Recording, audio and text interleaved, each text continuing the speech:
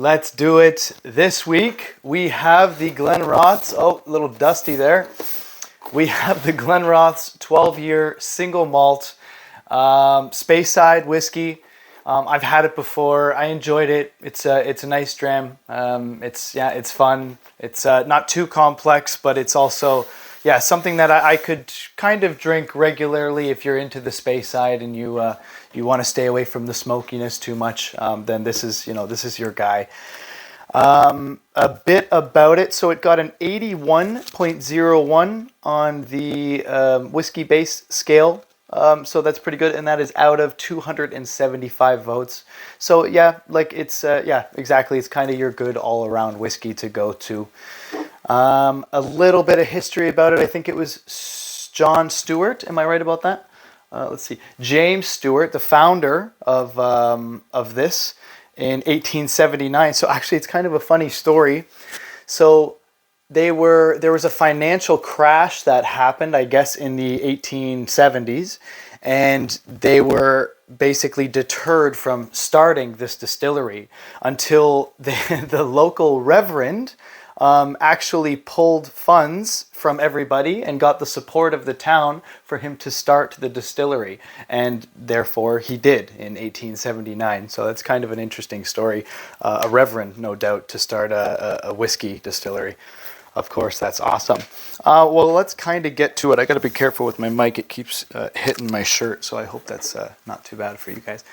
Let's check this out. Luckily with this whiskey as well, it says a lot on the bottle and on the case of what kind of to expect. So on the front, for example, it says character vanilla, melon, and cinnamon.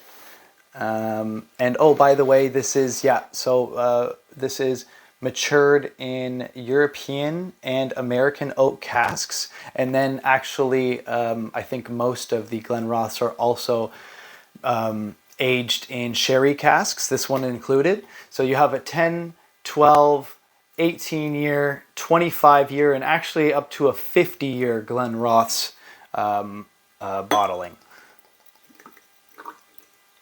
Let's check this out. Good color, natural color. We all know in Scotland, of course, they can add color to it, which is unfortunate, but it is what it is. Yeah, so let's check it out. Oh, and by the way, you know what?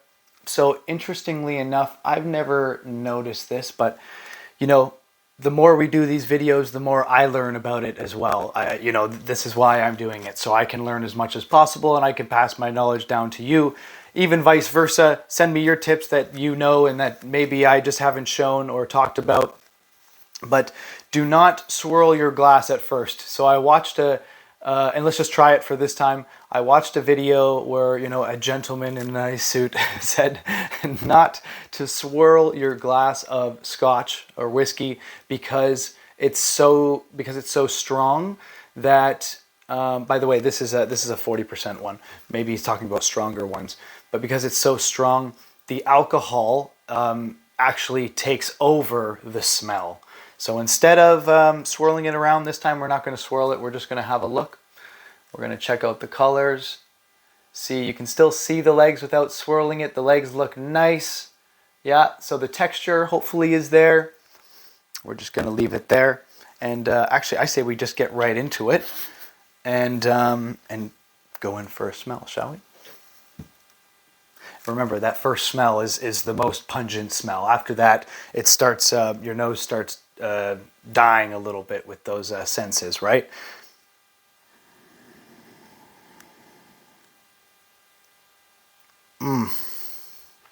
I get some kind of, some green fruit, like some pear or something, or like some, and definitely that vanilla. I want to say like cactus, or am I thinking like cactus pear, maybe something like that? I don't know. I like the smell though. It's wholesome. It is nice. Okay. Well, okay. I'm going to go into it then. Cheers.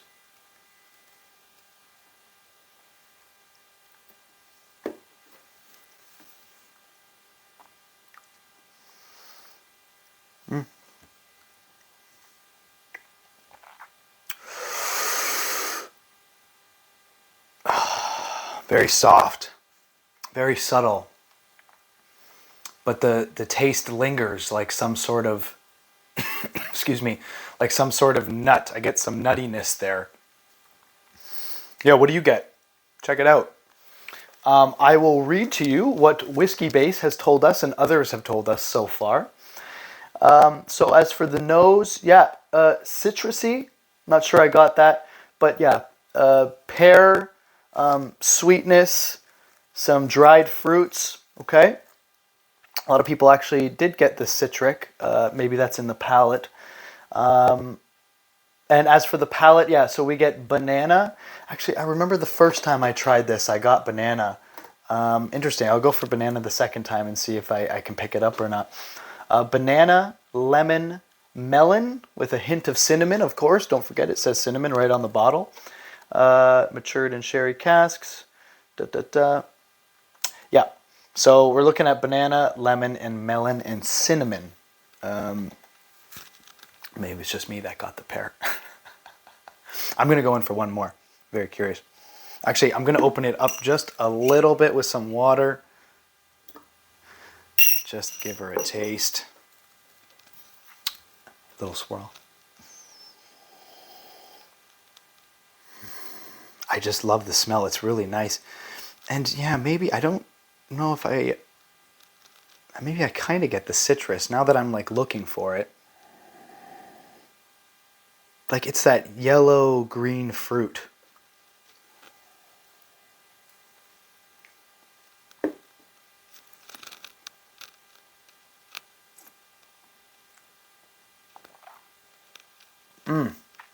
It's nice with the water too. Yeah, it definitely opens it up, but you know, it's so subtle to begin with that I don't think you really need it. Also, the finish isn't very long, which I don't mind. I just keep going back to the same word. It's subtle, but it's really nice and calm and comfortable. Yeah, it's really nice. What do you guys think? Of course. I got some, what was it, a fact of the day. Well, by the way, so they use tall copper stills, that method, and that's what kind of, keeps it the Glenrothes sweetness, as they say. So the fun whiskey fact of the day is that in Latin American countries, people actually say whiskey instead of cheese when they're taking a photo. So, I don't know, that's pretty cool. If you're into that sort of thing. With this one, I think because like I said, I like the nuttiness factor. I have a caramel here, I think, with almonds. Yeah. Or this one, this one, never mind. This is called Nutty Brazil. So maybe this is actually kind of the perfect pairing for it. This thing's still on. We're good to go. Nutty Brazil, because I got some nutty in there, and just because we brought up Latin America. Let's give it a shot, shall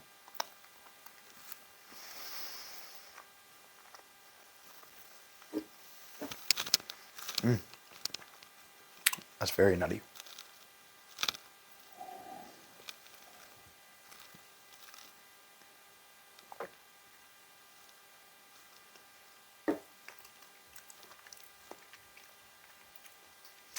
The finish is nice with it. But they're not best friends. They're friends. They're acquaintances. But yeah, I can go without it. I just think this is a nice whiskey to have once in a while. One more fact of the day. John Jameson, founder of Jameson Irish Whiskey, is actually Scottish. So cool, right? Yeah, I'm not going to do this guy with ice. I feel like a lot of people know this whiskey. It's good. It's comfortable. And yeah, there's a reason why everybody kind of knows it. Just because, yeah, I think it's well made. It's good. It's well crafted. But okay, that wraps it up. Enjoy, guys.